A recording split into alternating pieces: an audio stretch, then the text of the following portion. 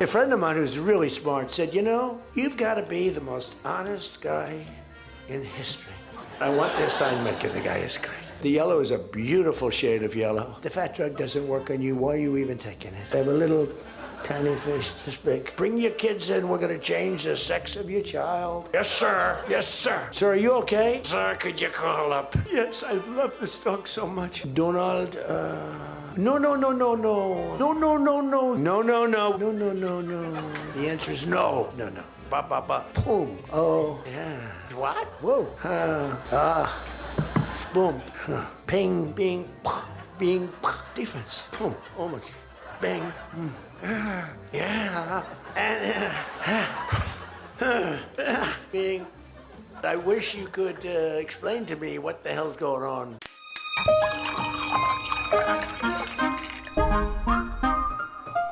Welcome everyone to the Sunday Roast in 2026. How's it going, Aid? Welcome back. I think we only had you on recently, didn't we? Yeah, a few weeks ago. I feel honoured. Of course, it is lovely to be back. How are you? You good?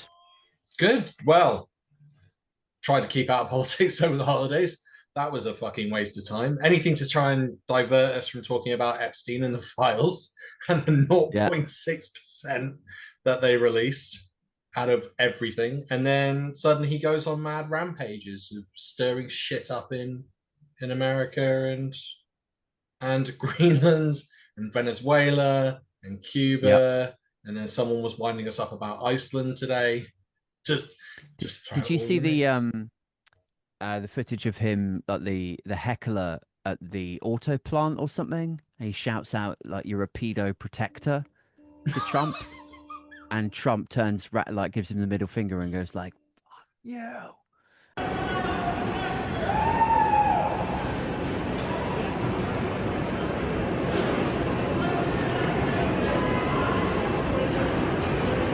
Oh, come on, Snowflake, relax. And now the guy's been fired, and all of the usual people who rail about like, oh, you know, cancel culture this and, you know, free speech that, are all like, yeah. Sorry, Ada. Yeah, well, this is the thing is like, how is that not an accurate description of what is actually going on? Like, he's not releasing the files. It is protecting potential alleged pedophiles. It's fully accurate. Where's the lie? I was going to go with, is this a populist meltdown? But let's actually, let's flip this back. Let's just go, this is the question, the main question for today. Is this all a distraction from the Epstein files? Because I think there's something to be said. I had no idea he'd done that. That's fucking wild. Yeah. And Tom to fuck off. I'm here with Nigel Farage, Britain's biggest wank state. Oh, right. Yeah, I said photograph, and all you can be is abusive. Abusive? Oh, come on, Snowflake, relax. I'll leave him alone, mate. Leave him alone. Oh, sorry if I offended you, sir. My bad. He was being kind to you. Oh, he's so polite, isn't he? But it always comes back to the sort of age-old question for me, which is like, is it strategic? Does he know that this gobbles up columns and column inches, and it gets us talking about him swearing at an auto worker rather than the, you know, the policy that's damaging his economy or the Epstein files or what? Like, is it deliberate, or is he just that much of a loose cannon that he just does this stuff innately and it works to his benefit, you know? What do you think, Madge? I'm undecided. And happy 26, Madge. No, it's not much happy about it. It's not started off great, is it? Seen Maduro got kidnapped in the middle of the night, and now Iran are next. And he's just like, can we just a break, please? We're 15 days in, and it's not going great. So, no, it was yeah, I think he is trying to distract from the Epstein files as much as possible because no one is discussing it at the moment. But eventually, people always circle back to it. That's one thing Trump doesn't realize. As soon as the news cycle kind of fades a bit, people will go back to what's going on with the Epstein files. So he can only buy himself time, but it's not going well.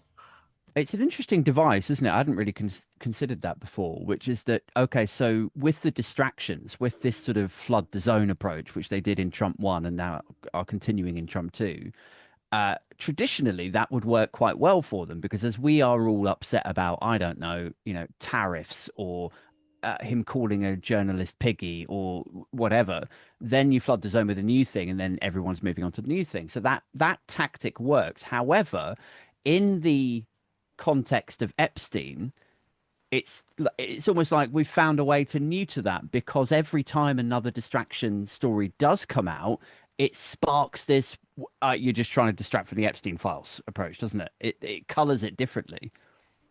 It's the one thing Okay. he doesn't want to discuss. It's so obvious. It's Mm. like, you guys still talking about that? That's boring. And it's like, no, mate, it's kind of important. So it is pretty blatant what he's trying to do, and that's why it's not working. Mm. Do you see Marjorie Taylor Greene's report on this, where she said No. that there was a phone call with Marjorie Taylor Greene, the Republican representative from Congress, with Donald Trump. And it essentially said, and in the conversation, she was like, why are you not releasing the Epstein files? And he went, because it would damage a lot of people I need to protect. But I'm paraphrasing that part. Green held a news conference and threatened to identify some of the men who would abuse these women, the Epstein victims. And the Trump, as you report, per Green, that Trump called her and yelled at her on a speakerphone. People could, people throughout her office could hear what he was saying. And when Green said to the president, like, well, why won't you allow this? Why won't you permit this to be released? Trump said this, quote, "My friends will get hurt." That's what he said. And then you've just told me about the auto worker. And I'm like, oh my God. Is that because they read the article from Marjorie Taylor Greene's office that was leaked? Or is that because they're looking at it and going, you're protecting pedophiles? I mean, the fact that... It could be either. Like, I mean, demonstrably, that is what is happening. There's no way that the only people who went on that island were Ghislaine Maxwell, Epstein, maybe Trump, and Prince Andrew and Bill Clinton. Like, it was a wide-ranging espionage compromat operation. We know that from the documents that have been released already, that there were like cameras in every bedroom in the Manhattan house. There were cameras in every bedroom on the island. It's beyond anything close to debate that it was a intelligence operation. So there's only one real obvious reason or explanation as to why they wouldn't be releasing that stuff, and that's because people either were compromised or are still compromised, and there's certain decisions that have been made. Like, imagine if it came out that Tony Blair, and I'm not suggesting that this is the case, obviously, but just imagine if it came out that the reason that Tony Blair dragged us into military operations against the will of the British people 20 odd years ago was because he had been compromised, and there was footage of him doing God knows what with like a 14-year-old girl on a tropical island. If that was the case, the geopolitical movements and tectonic plates that had been shifted by compromat, it's such an explosive situation. You can almost understand why somebody like Trump might go, we're just not ready for this, like, to have this conversation, for people to know how the world really works. We're just not ready for that, You realize that's the same thing that they were saying about the UFOs, though, that the reason that disclosure has not been made fully officially by the White House is because people couldn't handle it. And the argument was, if you found out that we were essentially an inferior race, you'd have complete economic collapse because everything would suddenly become worthless.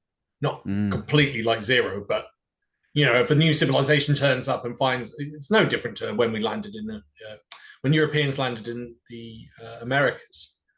All these bow and arrows and that technology that was at the peak for that civilization suddenly becomes completely obsolete and worthless. So there's that. Yeah. But you'd have religious collapse, because all the religions do not talk about aliens coming down and being gods and doing whatever else. It's, no, we're the only beings in the universe, and God created us. Apart from Scientology, right? They're pretty hot on the alien stuff. Not all religions, Alex. Maybe Scientology's the only true one. Maybe it is. Maybe they actually got it right, which would be freaking... Did you see Tom Cruise award himself that prize in Scientology? Is this recent? I don't know. I'm not sure. He probably does get one every year, doesn't he? Let's face it. But there was one of Tom Cruise giving himself an award for being a great guy, basically. It's like those self-employed guys who give themselves Employee of the Month.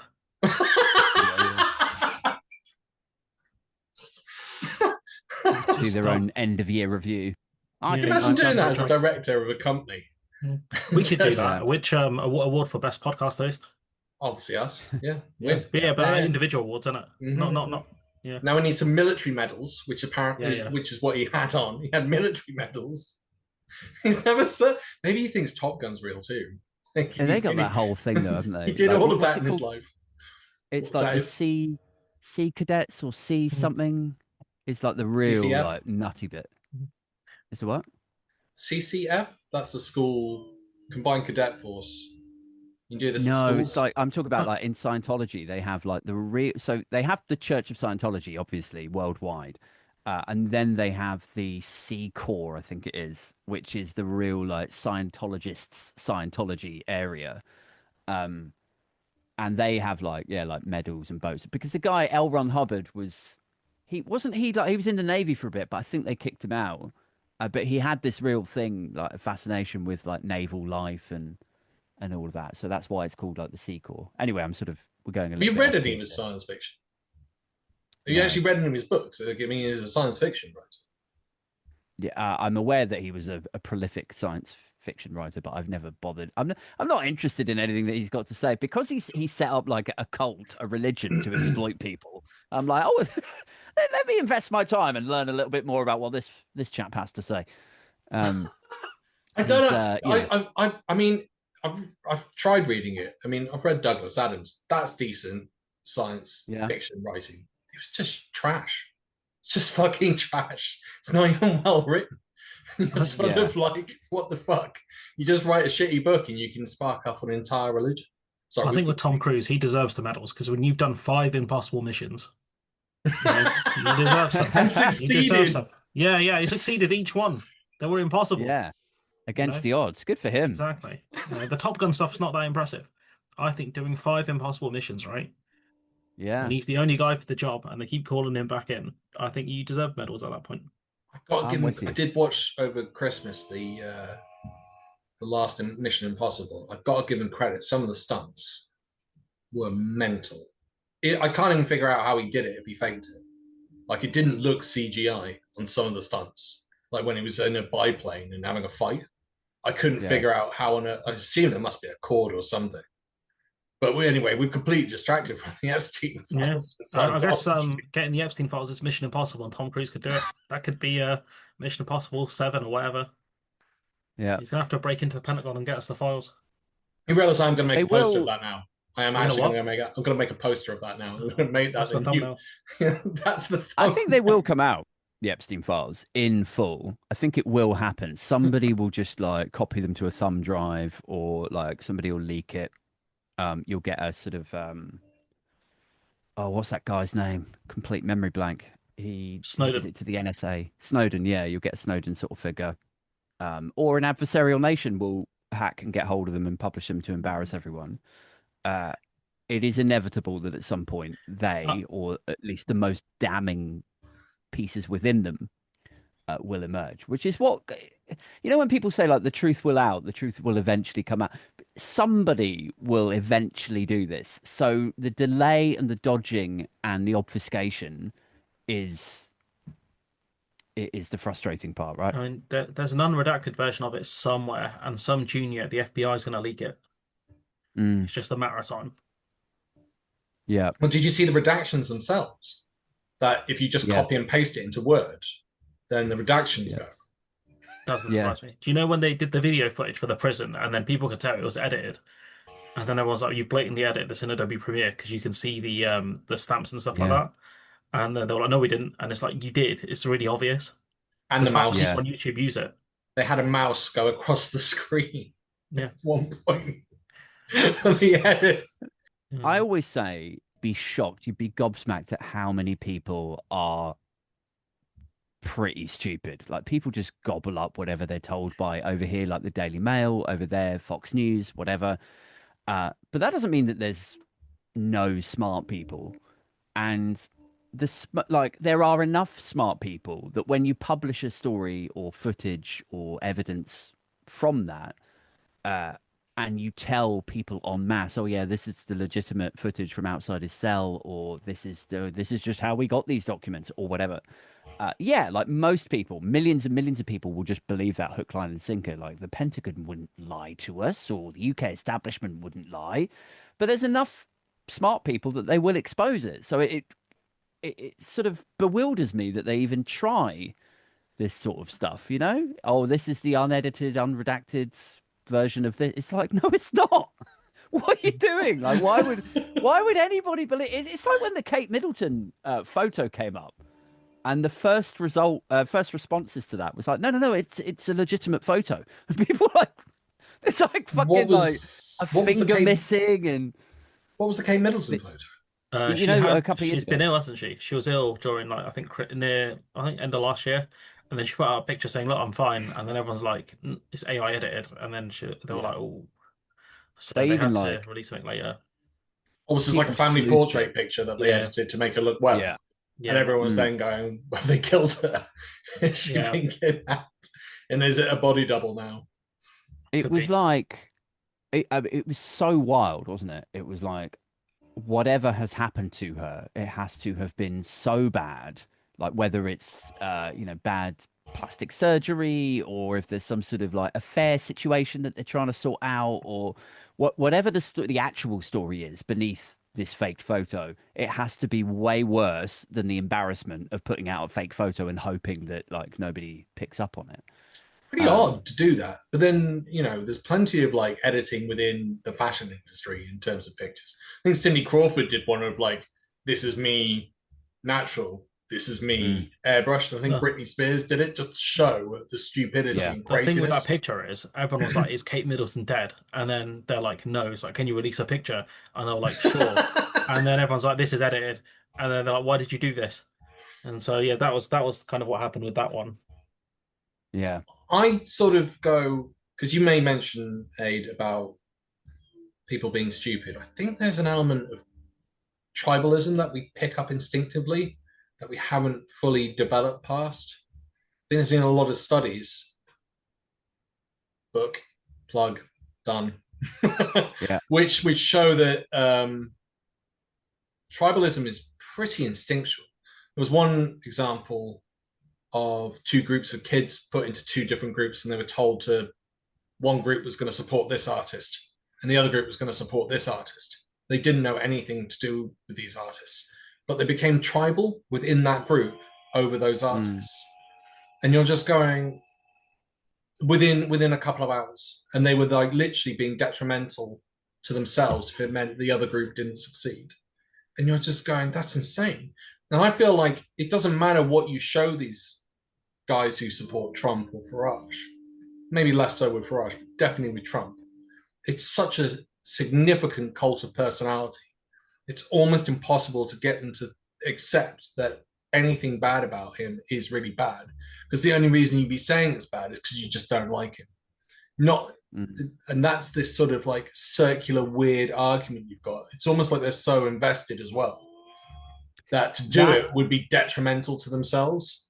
Yeah, it's like a sort of embarrassment piece, maybe a little bit like I've hooked my, what's the phrase? Like I've pitched my flag to the wrong mast or whatever. That's it. And so you don't want to feel silly. So it's the sunk cost fallacy. I'll just keep going, burying myself deeper, no matter how silly I look. At least it's not all for nothing. An idea that's sort of been banded around my mind over the last week or two is like, how do you catch people before that? Before the news, before the politics, before the angles and hot takes ferment in them and it becomes that feeling. Like, so if you are presented with like two or three political candidates who are all vying for the leadership, sorry, you don't have any sort of romantic or emotional attachment to any of them. And you would judge them based on what you were told, like their policies are or what their track record is. But at some point, there is a juncture there, isn't it? It's like a sort of bell curve of like where you are emotionally invested in their success. And if somebody says to you that they're not all that or they are a liar, you are. And I think what I'm sort of touching on there is a similar kind of thing to what you're getting at. It's like at some point, it becomes a feeling, it becomes your identity. How do you catch and stop people from going down that route? For a lot of them, it's going to be too late. But there's got to be a way to stop more people falling into that bucket. think it's really difficult though, isn't it? Because with someone like Trump, he built up a reputation of being pro-America and a New Yorker. And I mean, this he was a failing businessman until he got into The Apprentice, which pretty much rescued his career because pretty much anything he invested in collapsed. Like all his casinos, for example, most of his buildings had to be sold off at certain points because he overspent in things that he didn't know anything about and failed at. Like he had a secondary NFL that collapsed, and it was down to the fact that the quality of the players was just absolute shite. Like they weren't. They like you can set up a new league, but unless you get the players, there's no point. Like you're just not going to get anywhere with it. So The Apprentice saved him, and it gave him this authority sort of look. You might not agree, but he would be like, in many ways, actually, it's quite. I hadn't thought about this. It's quite similar to what Putin does. Putin gets these two idiots to go on TV and sort of go from left and right, fight with each other, and then he looks like the decent middle person. And in many ways, The Apprentice did that because you'd have two groups essentially, or maybe individuals, all fighting each other and looking a bit fucking silly. And then Trump would come in at the end of the day and just go, you were good, you were shit, right, you're fired, and look like Mr. Sensible, even though pragmatically, business-wise, and ethically, he's a fucking monster. Like an absolute fucking monster. You know, while he was doing The Apprentice, he was probably like flying around and having chin wags with Epstein. Yeah, probably about the same time, right? That they were friends, that he was filming that. We're not sure when he ended the friendship. He keeps claiming 2008. But Is that Trump? I think that's Trump ending it with Epstein, is saying he kicked him out of the club in 2008. That's after the conviction, though. That's well after the conviction, I think. Is it? I think so. I'd have to check that one. But I beg your pardon. He doesn't claim. No, it's more intricate than that. I think he claims he cut off ties with them in 2002, 2004. If you want to fact check it, the kicker was that he didn't get kicked out of Mar-a-Lago until 2008, 2007. Yeah, Epstein was convicted in 2008, but he would have got the charge much earlier. So I think he got kicked out of Mar-a-Lago in 2007, 2008. There that doesn't is even make no any evidence. sense. There's no evidence that he was kicked out of Mar-a-Lago. Like the termination of his membership is not a thing that is documented anywhere. So when he or his press secretary or whoever say like, oh, he distanced himself, the friendship was over when he realized that he was a creep and he kicked him out of Mar-a-Lago for coming on to one of the guests' daughters or something, or stealing stuff. It's possible that he poached Virginia Giuffre and others from that spa, and that's what annoyed him. I thought it was because Maxwell was going around collecting people. Are you telling me it's because he hit on one of Trump's mates' These daughters? are like concurrent narratives that have all been woven. So yes, according to Giuffre in her book, Ghislaine Maxwell approached her when she was like on her way into work at Mar-a-Lago, and that's when that whole relationship started. Donald Trump says he kicked Epstein out of Mar-a-Lago and like terminated his membership, but there's no evidence for that whatsoever. And the idea was that he came onto a guest's teenage daughter. Nobody's ever identified who that guy was who had a teenage daughter, so none of that stacks up. It appears to be more about them poaching staff from Mar-a-Lago. Trump does that all the time. There's loads of clips. There's one of him talking to like a little 14-year-old girl, like going up an escalator. Thursday night. You're going up the escalator? I'm going to be dating her in 10 years. Can you believe it? Like, there's loads of clips of Trump doing that, and allegations of Trump doing it. Well, mate, the allegation. Actually, no, there was a Jane Doe that you can find on YouTube making all sorts of accusations against Donald Trump, and we know that got taken to court. Which is interesting as well, because it means that, you know how Trump was claiming the election was rigged and that all the courts threw it out. The case with the Jane Doe versus Donald Trump and Epstein got further than any of Trump's claims that the elections were rigged. Really? Yeah. Then it means that the judges looked at the evidence and gone, okay, there's enough here for us to proceed. Obviously, that doesn't mean anything as in terms of admission of guilt. Didn't one of them, it was about to go ahead and Jane Doe herself bailed on it last minute and just That's the didn't same want Jane to go for Doe. it. And you can find her Yeah. affidavit on YouTube. Mm. So she talks to camera. Originally it was blurred, but somehow someone got rid of the blur or found the original and then re-released it. And it's her Yeah. talking to camera about what Trump and Epstein did. It's horrific. It's absolutely Yeah. horrific. But I mean, not surprising. what I've read so far from the Epstein files, the redacted stuff, and or like the stuff that was redacted, and then they managed to remove the redactions. The allegations about him being on a boat in the middle of Lake Michigan, that married Sorry, what is to that? I've not heard this. oh, there was a allegation that came out that, and it is just an allegation, right? But the idea was that Trump and Epstein were on a boat in Lake Michigan, and an infant was killed and thrown overboard in Lake Michigan. So pretty horrendous stuff. Is that in a I don't paper think. or is that just social media claims? Uh, did I read it in a paper or was it just on social media? Let's have a look. Hold on. I'll see if I can quickly get it up. But it all seems like this is straight out of the Boris Johnson playbook, doesn't it? While you have a look, Aid. Like this just, I mean, I'll never forget that clip of Johnson coming out and saying, it's on a British talk show. I can't remember which one. Have I got news for you? What's that? Have I got news for you? That's one of the British No, TV shows. no, it was like an actual interview one-on-one with someone. But basically, he said, if I keep pumping out stories, the press can't handle it. I think my theory is I've got a brilliant new strategy, which is to make so many gaffes that nobody knows which one to concentrate on. So they cease to be newsworthy. They cease to be newsworthy. You completely outgeneral the media in that way, and they despair. They despair, and so what you do, they leave you alone. You shell them, you pepper the media. What you do is you got to pepper their positions with so many gaffes that they're confused. It's like chaff, it's like a helicopter throwing out chaff, and then you steal on quietly and drop your depth charges wherever you want to drop them. But that feels like why this is such a massive distraction. I mean, imagine if it turned out that he invaded Venezuela just so people would stop talking about Epstein. Would that be a surprise, though? No, which is worse. Or if he keeps banging on about Greenland, it completely distracts everything. And then you've got it all over the place with the fact that, like, I think Vance came out and said, look, we're not invading Greenland.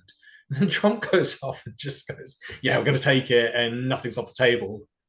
Like, yeah, you got Iran as well. What do you make of that? It's blatant distraction on it. Like, he took Maduro, he's trying to do a victory lap because he didn't end up like Iraq or Syria or Libya or any one of these other countries that the US has kind of had like. Well, I said it's more like it's not like Libya and Iraq where the US had direct dealings.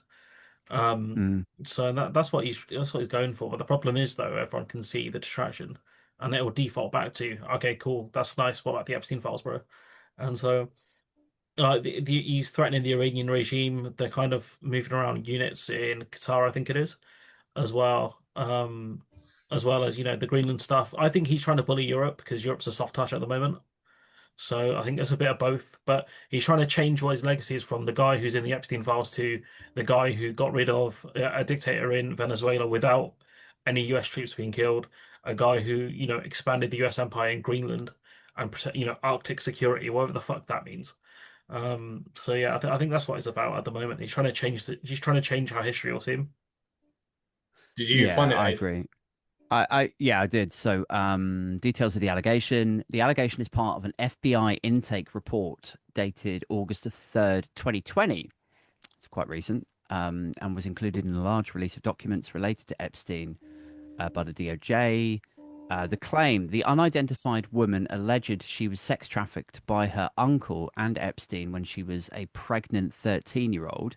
She claimed her newborn daughter was murdered and the body disposed of in Lake Michigan from a yacht that originated from Mona Lake. She named Donald Trump as being present during the incident and a witness of it. So not saying he's a murderer, but that he was on the yacht when this infant was killed and thrown overboard. Verification status. Documents are records of tips and potential evidence collected during the investigation. They're not verified facts or formal accusations of wrongdoing. I mean, this is the thing as well, is like you have to consider when you read stuff like this, that as gross and hugely alarming as an allegation like that is, put my tinfoil hat on here, you can't rule out, or you should at least consider the possibility that in order to survive the allegations that are in the Epstein files, it is not outside of the realms of possibility that somebody like Donald Trump and the DOJ would plant salacious allegations in the Epstein files so that people like me, you, whoever else run to it and go like, oh my God, that's terrible. And then later they say, look, we've exposed it. It was all rubbish, just like everything else in the Epstein files. Like it's a nice get out of jail free card. Maybe it could be that if it's unverified, if it's just an allegation. You put the tinfoil hat on, but there's loads of documented evidence that they've done that loads in the past. What they've put out salacious deliberately allegations. put rubbish in. They put Really? rubbish out there. Yeah, there's loads. Like yeah, you got we to be were really talking careful. about illegal wars the other day. Can't remember who it was with, but it was about Vietnam, and I told them that that there was a false flag operation, and they were like, "What does that mean?" And I was like, "Well, the idea was that the USS Maddox was attacked in Vietnamese waters by the Vietnamese. It never happened, but that was the whole premise of going to war with North Vietnam. And it's a false flag operation. Then you go look at Iraq. There was no reason. I mean, don't get me wrong, Saddam Hussein was an awful person, but there was no reason justifiable to connect him to 9/11. And yet they pumped out a ton of false information saying that Saddam Hussein was completely connected. Even, I think, Gordon Brown on Good Morning Britain came out and said it was a false flag operation to go into Iraq. They gave us false information. I think he blamed the CIA. And it's not exactly as if the CIA have a great track record. I think I've mentioned it a couple of times. There's Whitey Bulger, who was actually, this is the FBI, I think. Whitey Bulger, who was a serial killer operating, I think, in the 80s. The FBI had him as an informant. So if he wanted to get rid of anyone without murdering them, he'd just shop them into the FBI. There's a lot of evidence to show he was murdering people, and the FBI just let it slide as if it was like, okay. Like none of these institutions, like internally and externally within the United States, seem particularly nice. So when you say, I'll put my tinfoil hat on and people might be pumping out false information, I'm like, they've done it with 2 wars so far. I mean, that's pretty serious stuff, and that's over several decades. Then you go Trump at the moment. I mean, I looked at that. He admitted on Air Force One that he spoke to the oil companies before he went and invaded. Oh, yeah. Who the fuck does that? Well, why this would is you the other... need to get the oil companies on board unless, again, you're repeating the Iraq War? Yeah, this is the other thing. Is like, yes, it may be a distraction from Epstein, but that doesn't mean that it can't solve 2 problems at once. And I think it was George Carlin who said the United States are effectively, it's like an oil company with an army. So if you look at Iraq, Afghanistan, I don't think has a huge amount of oil. I think it's more natural gas and poppies. It's got they got minerals rare, as well. Rare minerals. Yeah. Like I think it's what you need to build a phone, and we're talking trillions. Like they literally could be as rich as they could. Their entire population could be up there in terms of wealth as Qatar if they wanted it to be. Or like Taiwan's another one, right? So Taiwan has a lot of lithium. Is that right? Didn't know that. I know that they built the Taiwan's chips. like a massive manufacturing state. I thought they've got like, isn't it like the world basically like an absolute shed load of the world's supply of like what they need for phone batteries and stuff? I thought that came from Taiwan and parts of China, and that's why China, like, obviously they want it to be part of their motherland again.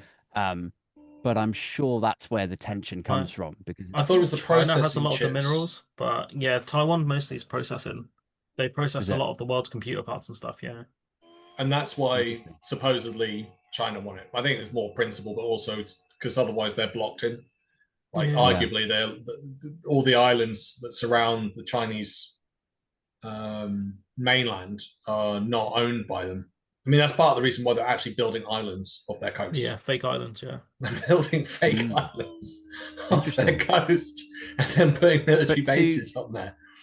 But to go back to the oil company with an army angle, so when they talk about Greenland or Venezuela, which of course has the largest proven oil reserves in the world, Greenland has supposedly got quite a lot of fossil fuel potential there, right? So this is not about, like, no other argument stacks up really. Like when they say we need to take it or China or Russia will take it. Well, no, like it's already Denmark, right? Basically, Denmark are part of NATO, yes, and part of the EU. Yeah. So as an allied nation or allied continent or trade bloc of the United I States, don't it's think they're already... part of the EU. They were. They had their own. Oh, they had right. a Brexit. Oh, right. I didn't know that. Yeah, they were part of the EU for a bit, and then they left. Same as the UK. Okay. No one talks about that too much. But they are part of Denmark, so they're like a quasi-state. So Yeah, they're sort of they part should of be it, sort of protected not. regardless, right? So the idea that they are vulnerable to Russia taking them is a tacit admission that you wouldn't come to protect them if Russia did go and, it's quite a telling thing for Trump to say, oh, well, we better take it then. It's like, so you're admitting you wouldn't come to our rescue then? That relationship is over now. So there's that. But it's also, to go back to the fossil fuel thing, like they will, if they get hold of Greenland, I have absolutely no doubt they will drill into it. It's been protected in that regard until now. Any suggestion that Greenland wants to be America is out the window. It's all about oil, fossil fuels, minerals. I don't see any case that's been made that ventures outside of that. It is total garbage. Everyone knows it's total garbage. It's just nonsensical rantings of a lunatic. Alex, I'll just to say, because you mentioned oil in Venezuela before we go back onto Greenland. Did you see him get up when he was having that meeting with the oil reps and just stare out the window randomly? Did anyone catch that? No. That was fucking weird. He comes in, they play the anthem. He's surrounded by I added it up, about 20 to 30 oil execs. So all the big major oil companies. Sits down, talks for 3 minutes, and then stands up and just goes over to where the ballroom's being constructed and just starts staring out the window, like midway, like 3 minutes into his chat with the oil execs. And then the oil execs say they're not going into Venezuela because they've been burnt twice and they can't drill the oil because of the legislation in Venezuela. So, and this is at the meeting.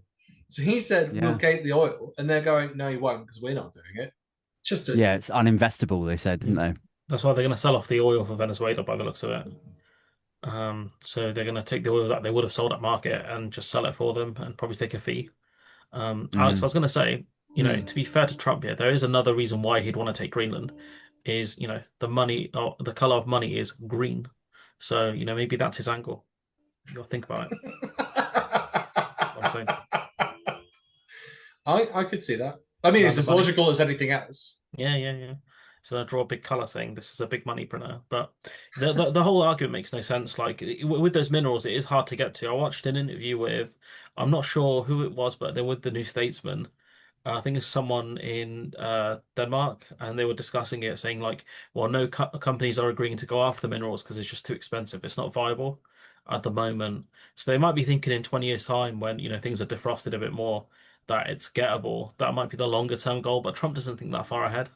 That's the problem. He'll be dead by then. Like, realistically, he'll be like 100 something. No amount of presidential super serum will keep him alive that long. I think, to his credit with Venezuela, it looks like he's did significant damage to Russia and China because they were heavily invested, and now that's pretty much all gone.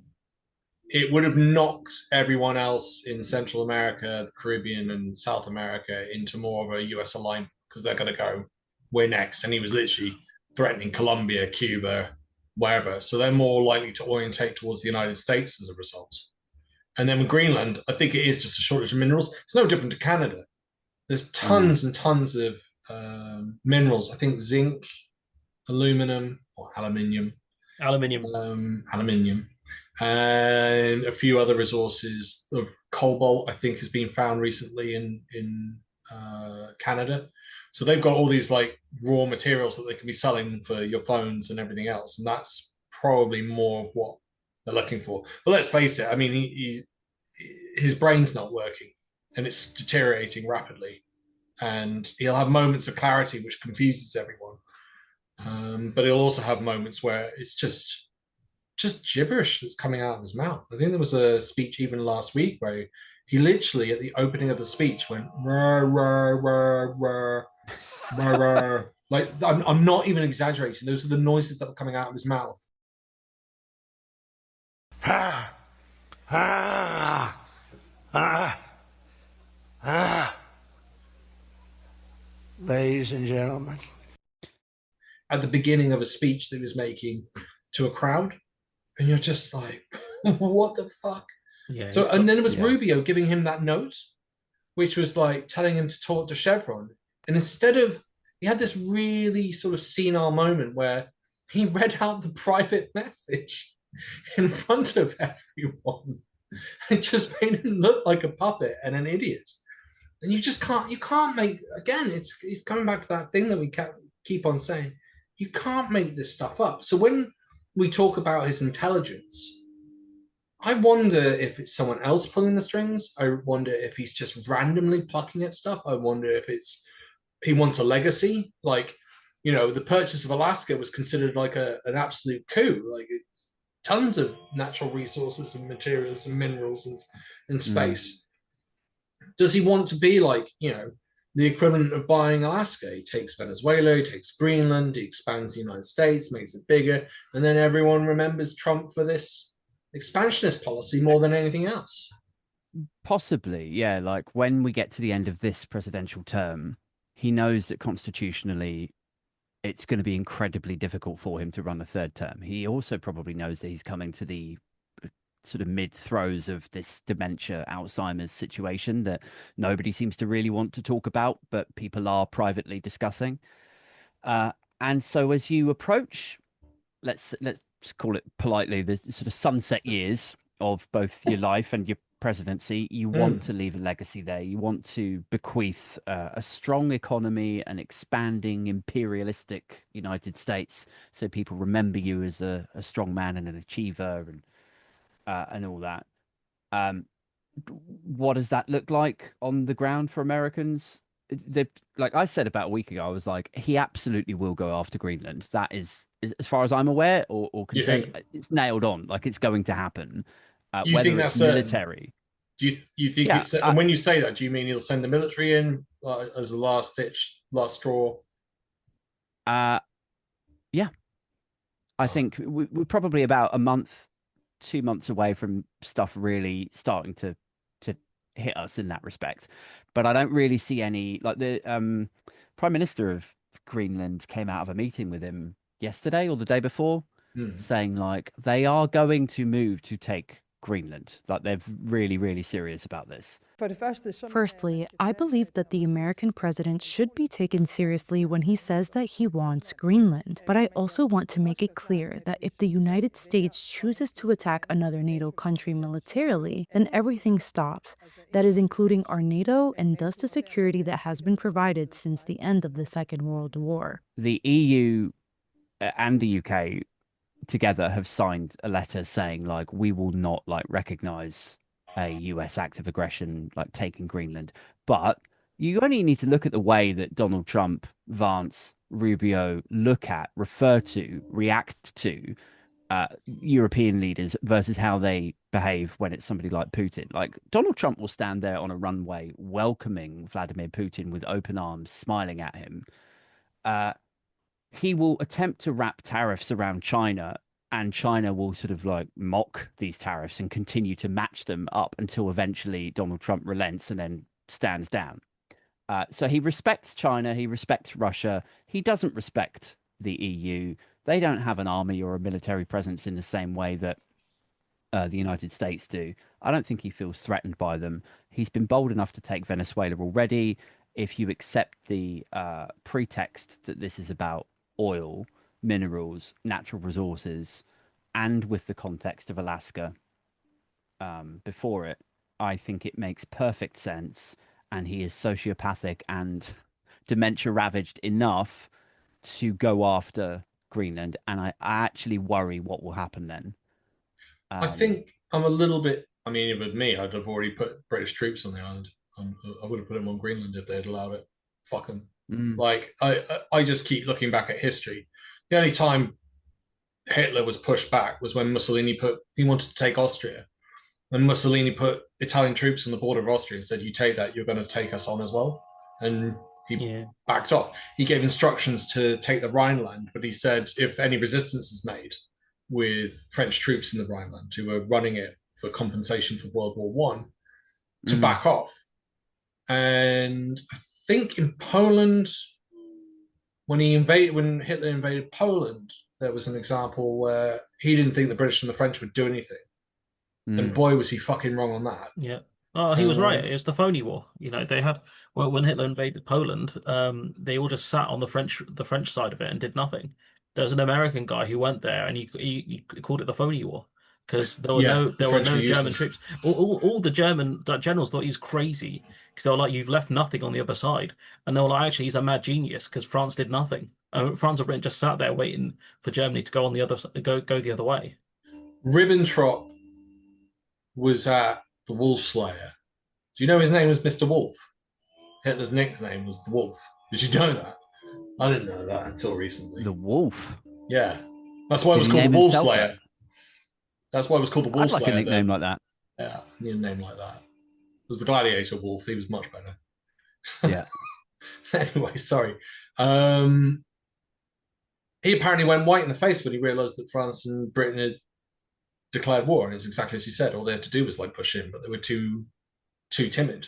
They could have taken the Rhineland out for a start, and that would have knackered his industrial capacity. I think with that stuff, it's like Europe's not in a position to do much. Europe can barely help. Well, I say Europe, aside from like Poland and a few of the other countries, Europe can barely help Ukraine.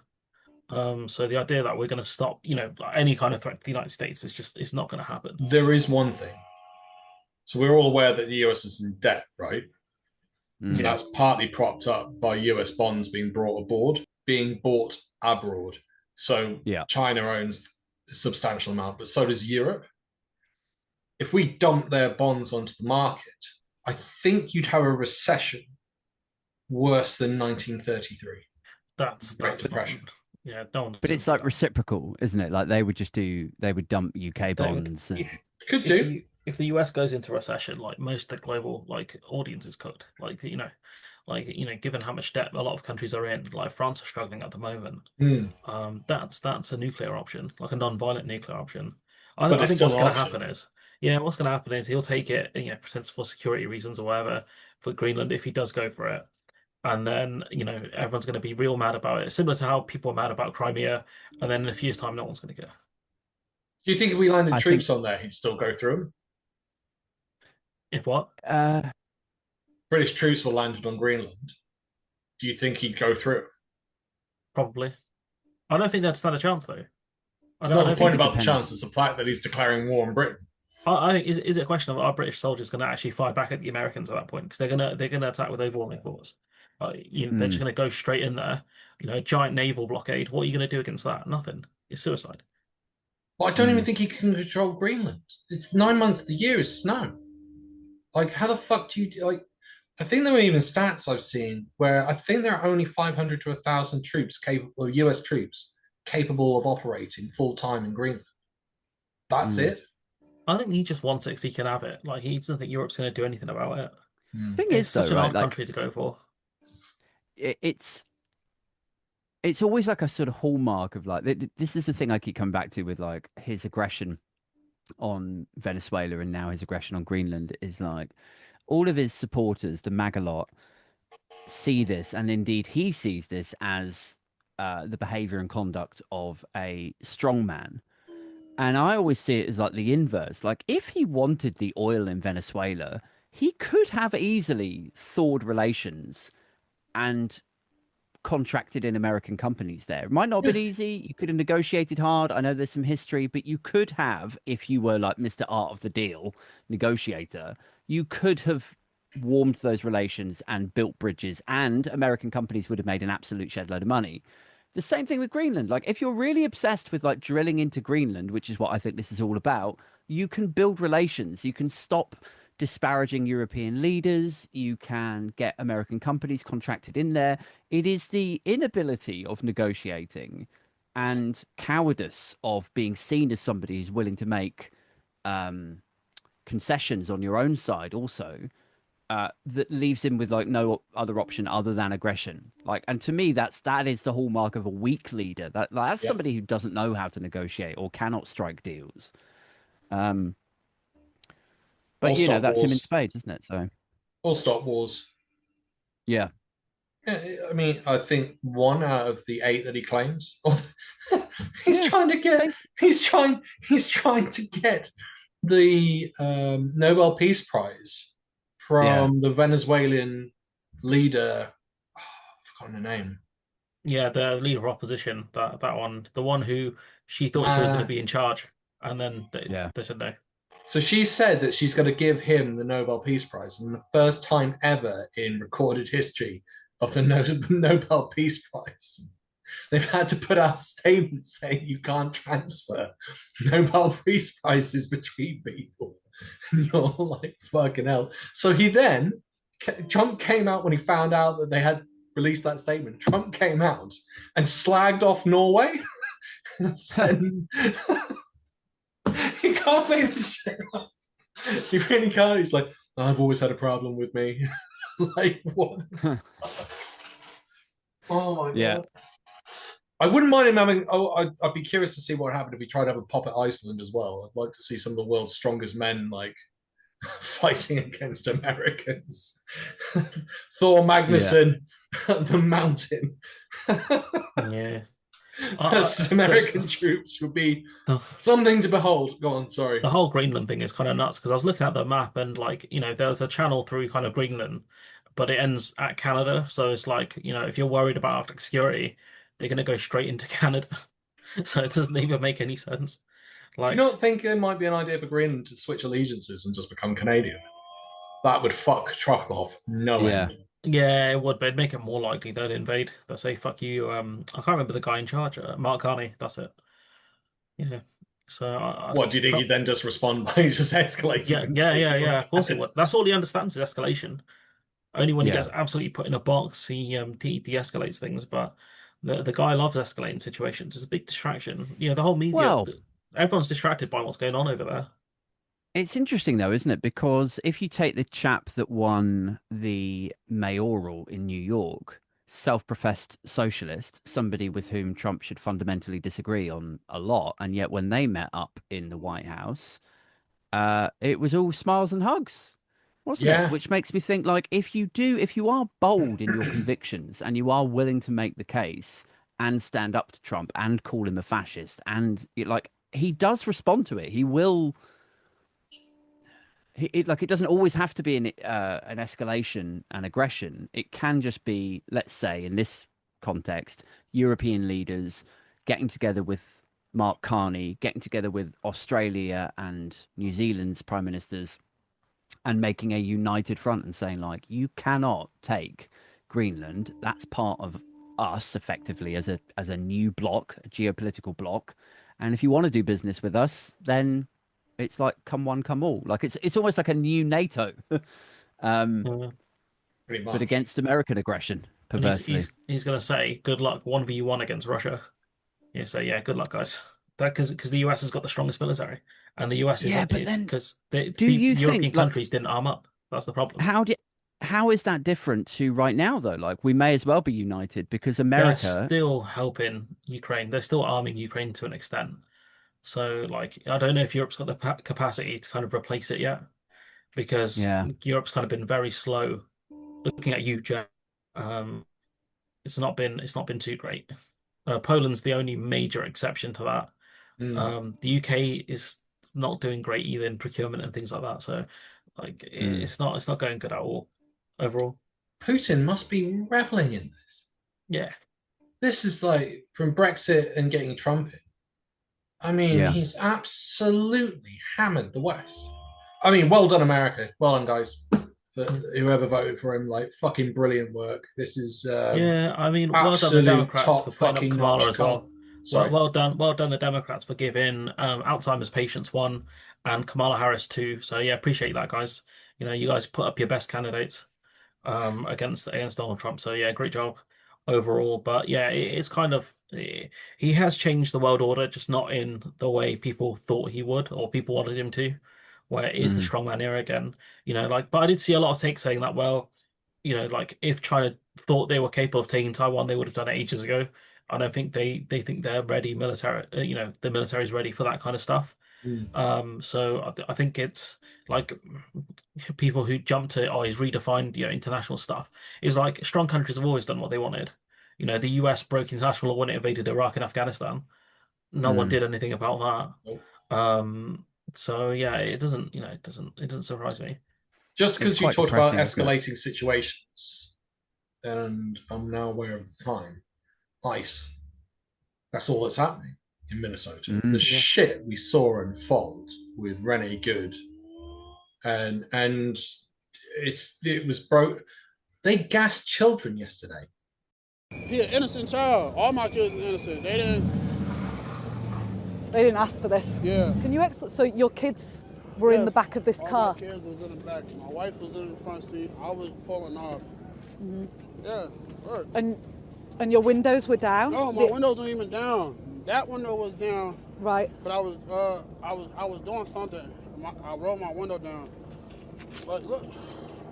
So how did the ICE agents get mace into your car? It was the officer that's sitting right here that threw it. He threw the mace? Yes, he threw the mace. And I don't know if it came from the bottom, came through the vents, but my car just filled up like it caught on fire. And your kids?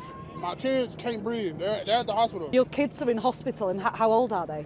11, 7, two 4-year-olds, a 2-year-old, and a 6-month-year-old. What do you make of ICE? I don't like them. I don't even participate with them. And it's like, just show how they don't care.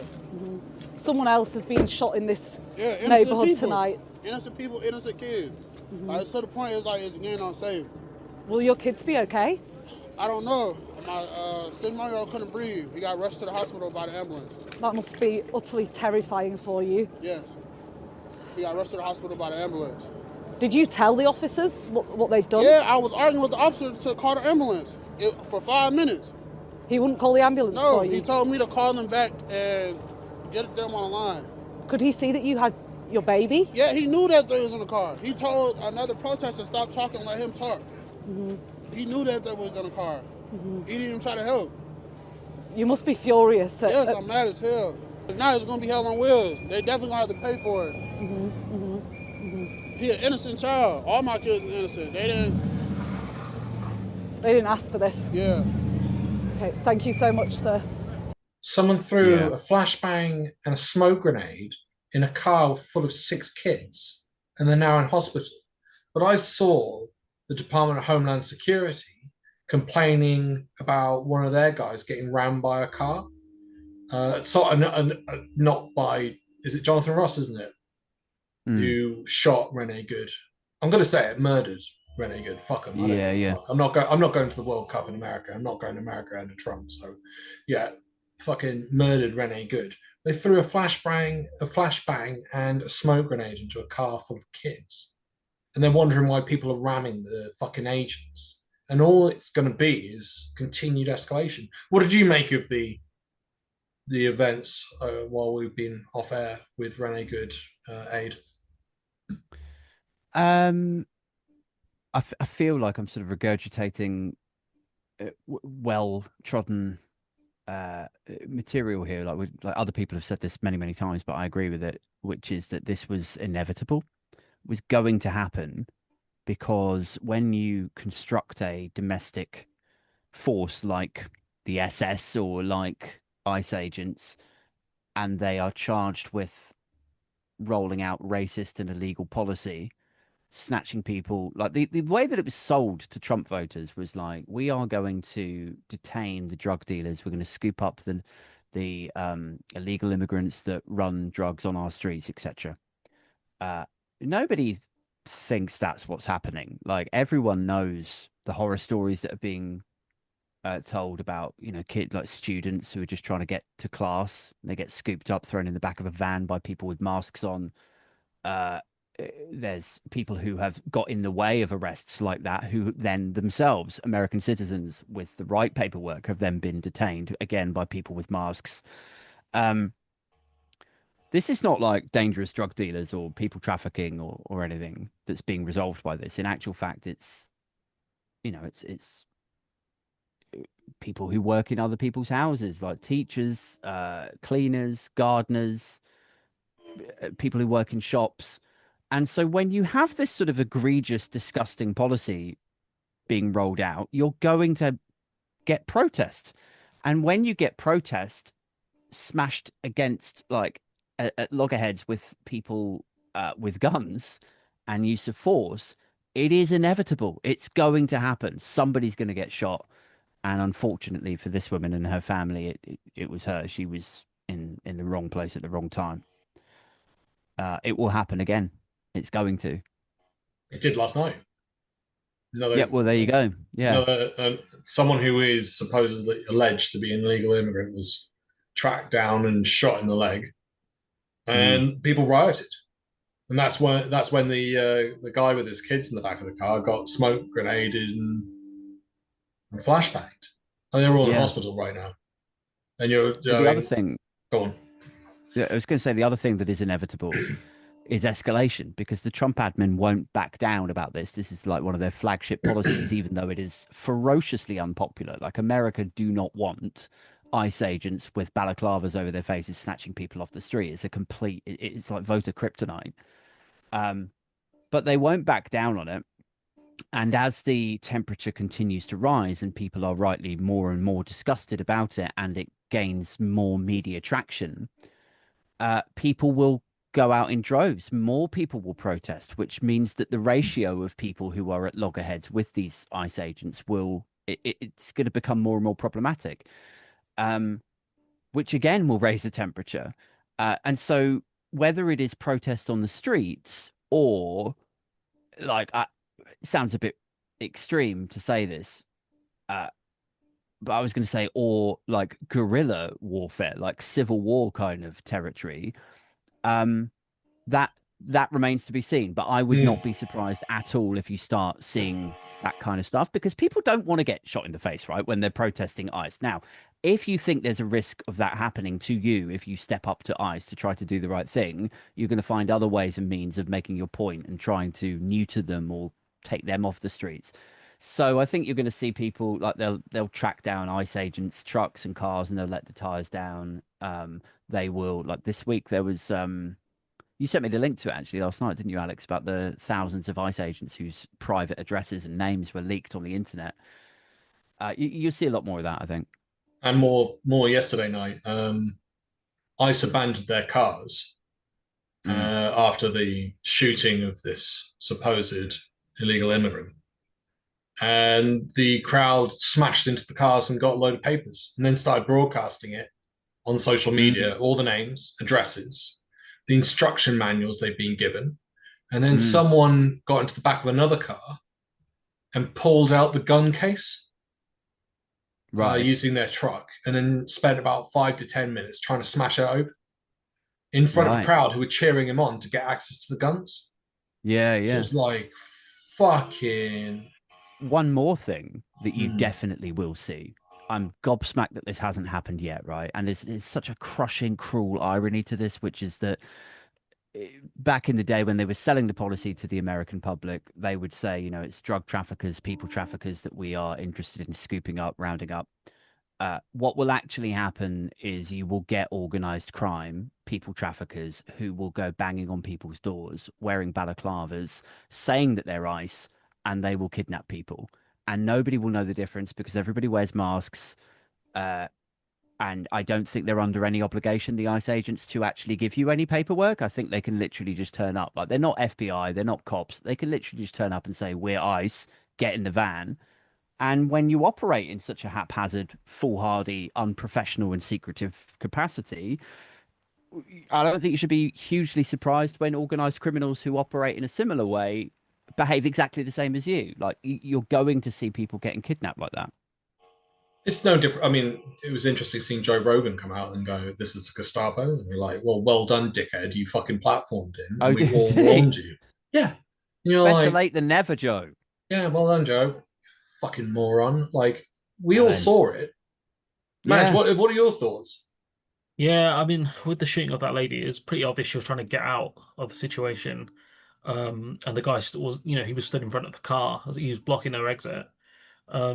With that, though, I think there have been protests against ICE, anyways. Like I think the middle of last year, massive like city protests and things like that.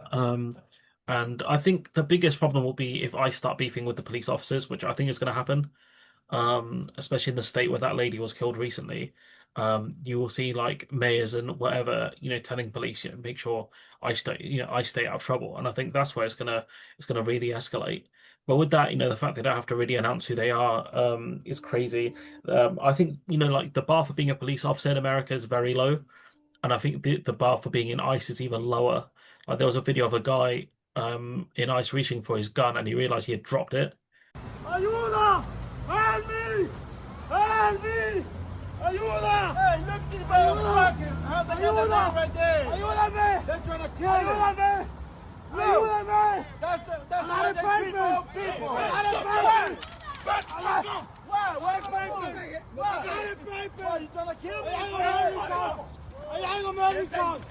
I ain't American! Put the gun down. Why you trying to kill me? Put the gun down. Why you shooting at me? Put the gun down. Why you trying to shoot at me? And so he panicked. And so there'll be a lot of those kind of cases where these guys are going to be bottom of the barrel, candidates who are absolutely dog shit and will get into all sorts of trouble when they're trying to fight people and things like that. They removed the stomach crunches from the itinerary to become an ICE officer. Yeah, ICE officers are so fucking fat and lazy. Yeah. They had to take away stomach crunches, which I can't remember. I want to say it was 20. And I'm like, if you're going to hire someone, you want them to be fit for those types of jobs. The fact they had to remove it is just insane. There were two scenarios with the police. There was a clip of two police officers turning up and telling ICE to fuck off and get off someone's property, which is wild. And the ICE just walked away. They would not confront the police. Yeah. But the riots that happened last night, the ICE officers called the police in and the police refused to attend. That's when you're going to get a lot of friction. Yeah. Oh my God, yeah. Because ICE aren't built to deal with like a lot of people. The police are. The police have got like loads of riot gear and stuff. All ICE have is lethal weapons. I'm surprised the population hasn't risen up and started shooting them more. I really am, considering like the way that gun culture seems to be promoted. Americans talk a big game. Americans talk like, Second Amendment rights and all that stuff, right? They're very passive. They're extremely passive. Seems like it. I was listening to a ranger the other day say that he wouldn't even pull these tactics in Afghanistan. That fucking blew my mind. Like they wouldn't cover their faces, for example. I'm not saying that they were nice all the way through. They clearly weren't, but they were saying like the tactics that they were seeing in America are worse than the tactics they were pulling in Afghanistan to win people over in Afghanistan. Yeah, again, it's a whole different situation, then, because these guys are one's more of an invading force when they went to Afghanistan, and these guys are domestic, so these guys are protected by the law, and also you're not fighting the Taliban as well, which is like the people you're fighting against aren't really going to fight back. But like, yeah, they're protected by the law. So if anyone does shoot at an ICE officer or like breaks their property or whatever, the police will come after them, and they're protected in that sense. Which is wild, because you're just like, so if they act illegally, they're allowed to act illegally, and there's nothing you can do. You just have to, and you're like, but the other way around doesn't exist. Yeah. And then Vance came out and said that they were immune. They're above the law. which is Well, just, I mean, we'll see just about because the that. vice I mean, president says it doesn't mean shit. Well, if they Yeah. have that thing, police officers have qualified immunity where, what do you call it? You can only go after the state. You can't go after well, you have to go after the federal government, I think. You can't go after the individuals. Then, yeah, they are immune. On that level, yeah. But why are you not allowed to defend your own property? Like, if the police officer, it is as you said, what happens if people, and there's loads of stories coming out, dressing up as fake ICE officers? There was a fake police officer. Someone dressed as a fake police officer, and they had a fake police car driving around the streets apprehending people. Like, that was this week. And you're going, well, that's what happens when you don't have the situation set up to provide ID. And they're claiming that it's for their own protection. I don't see that level of immunity for the police or the military within the United States or the politicians, because they could all cite the same thing. I mean, the more chilling thing is the fact that, I mean, Farage and all that lot are saying they want to repeat all of this stuff. They want a Doge. They want an ICE unit being brought in. Yeah. I mean, they did Doge. It didn't go well, so that did not go well. I don't think anything's going well for them.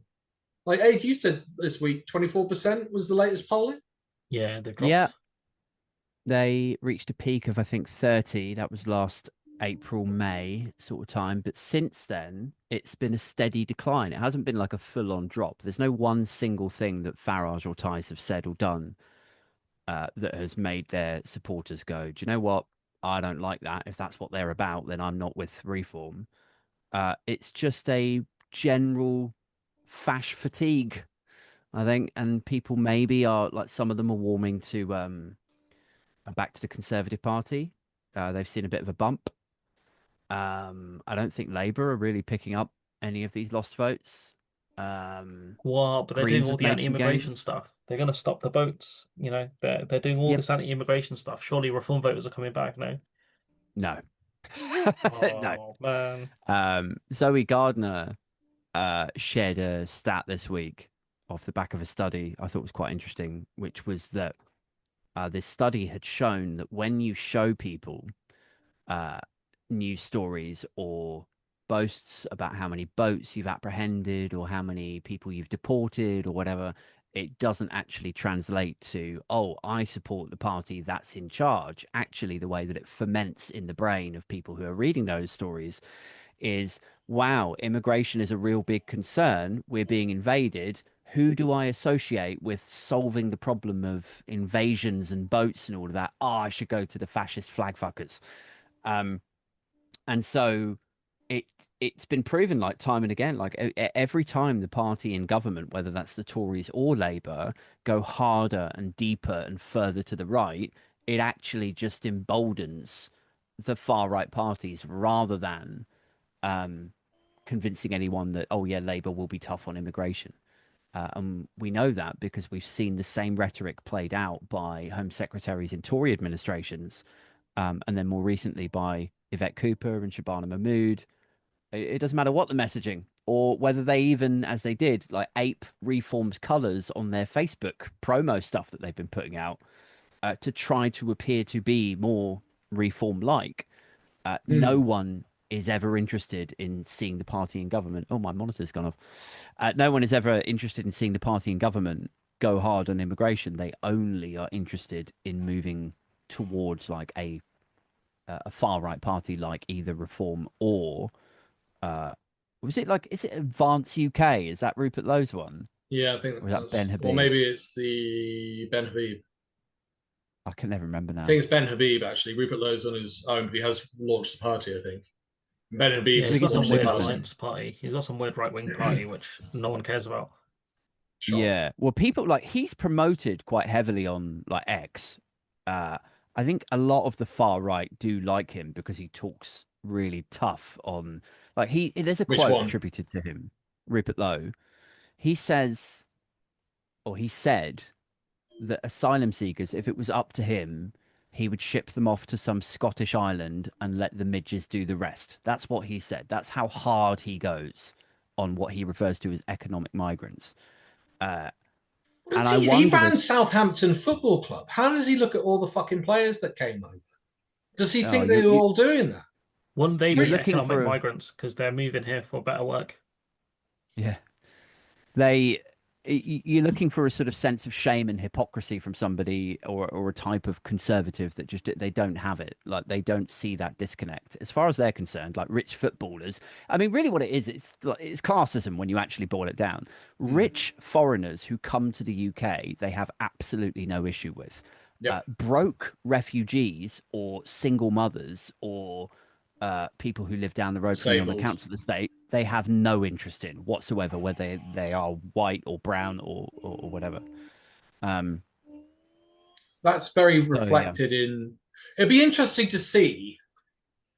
One of the things that normally stops these things is when it comes home to roost. So, like for example, the Red Scare sort of came to an end in America when people started accusing people in the military of being communists, and all of a sudden, oh, stop there, no more. Like that's it, you've reached your limit. As soon as you touch the military, there's part of me just going, I wonder if anyone's just going to really ramp it up and just go, oh, the English are coming over to Wales and raping our women, and they're coming into Scotland and taking our jobs. And then you could even go, oh, London, oh, all those immigrants coming in from England are coming into London and taking our jobs. It should be London for Londoners and no one else. And just see, like, if you're going to go in that direction, which you can, that's, I mean, not to advocate for it, but, you know, if you can go on those levels of illogical thinking, that's the level that you could go on. And interestingly, go on. No, I was going to say, I used to do a thing about like a stand-up bit about like, you know, how deep does the division go? Like when populists are in charge and they always need to move further and deeper to the right to find other people to blame. Like at the moment or then it was like, you know, Eastern Europeans. But at some point the Eastern Europeans won't be enough. And then it'll be native second generation immigrants, which is sort of where we're at now, where people talk about mass deportations, remigration and so on. But like how deep does it go? Like do we divide off like Wales and Scotland? Do we break it down into counties? Does everybody just segregate themselves into forts? Like, or like, do we start breaking people? Like, you're only a real Saxon if you have a certain hair color, and if you're not a real Saxon, then you don't have a right to blah blah blah. Like, it could continuously go on forever, couldn't it? But it does. I mean, this is what we're. He's put a Muslim, ex-Tory, Layla Cunningham as the mayor. And I was like, that's really interesting you've done that. What does that say about the reform leadership? But then you're telling me that they're going down the polling. And then you've got Nadine Zahawi coming in, and you're going, he's Muslim as well, isn't he? Or whatever denomination of that there is. And you're going, that's really interesting. Is it a class system that they're more interested in? But I don't think that's their base. Like, all of them have been like basically suggesting that Islam is this awful thing that creates awful people. And then putting these people into very high positions within the party, you're sort of like, I don't get what you're quite doing here. And it just seems like if your position is to gain power, surely you wouldn't have anyone from that background coming into your party. And I think this is where we're getting this like three-way split, because you've got reform that seem to be classist, but also civic nationalist, I think is the term. So as long as you follow British values, you're all right by the leadership. But that's not how their base is looking at it. Their base is ethnic nationalist. So if you're not born if your family wasn't born here 10 generations ago or something fucking stupid, then you're not British. And if you don't follow Christianity, you're not British. And then you've got like the Tommy Robinson lot, which are really weird, because like he was saying Ian Wright is English. How can anyone not say Ian Wright's English? And you're like, yeah, no shit, Sherlock. Like, what the fuck? And then you've got this other group, and I came across a couple of these crazy guys who are pretty big on Twitter, who are going, if you're European, you're all right, but nothing else. We don't want you here, and you'll be deported. And then you've probably got another group that are just going, no, British only, which are probably like, I don't know, BNP or even further far right groups that are going, no, English only for the English, fuck everyone else. You're going, fucking hell, you've got like 5 degrees of these like very slight levels of separation. And yet at the same time, they're all sort of preaching the same thing. It's fucking, and it's what you said. How far down the rabbit hole can you go? I mean, one of the guys I witnessed in an interview who's off the charts wackadoodle and making no sense was like, Europeans, but not Jewish people. If you're Jewish, then you can't be here. It's like, so if I change my religion and suddenly convert to Judaism because it's a religion, am I therefore no longer British? Like, what the fuck are you talking about? There's zero, as I said, the lot of them could be lumped in with flat earthers in terms of their logical thinking. They might as well all be saying that the earth is flat and they're saying all this shit. And it is just a diatribe of absolute fucking bollocks that has zero logic in what they're saying. Sorry, I ranted there. It's very like divorced dad energy, I think. Like, whenever I go on like Twitter and I see people ranting and raving about like, you know, Saxons and, you know, they've got a profile picture of themselves dressed up like a knight. It's like they want to go back to like the 18th century or like 17th century, or like get rid of the parliament. Like, let's just be run by kings and queens, and you know they can live out their glory day. Like, they're born in the wrong century, is how it feels. Like they want to go back to being a knight when men were men and women were hugely oppressed women, and like it's there's a real sort of tragedy cosplay divorced dad vibe to it, you know. Thoughts, Madge? Yeah, I just see some guy tweet out they want to get revenge for the Battle of Yarmouk or something like that, and I'm like, mate, what the fuck are you talking about? Like, it's one of the big battles where, like, I think the Byzantines lost, and I'm just like, this guy's deranged. Like, honestly, like, if you want to go fight, go join the British military. Like, what are you doing, lad? And they all like put up these like gifs of Templar knights and stuff. And I'm like, brother, you couldn't fit in that armor. You couldn't carry that sword. Like, be for real now. Like, honestly, so. Yeah. The crazier thing with that is that the Knights Templar and the Crusades make ISIS look reasonable. They were so fucking mental, like in their thinking and attitudes and violence. Like, it puts it on another scale. And I don't think any of those guys could deal with it. Putting a sword into someone close range repeatedly is fucked up shit. Like, there's no arguing about that. And knowing that you're on a campaign killing thousands of people is just absolute batshit nonsense. Anyway, on that cheerful note, welcome to 2026. Yeah. Thank you very much, Abe, for coming on. Thank you to my co-host, Madge, who is yawning. Bye, everyone.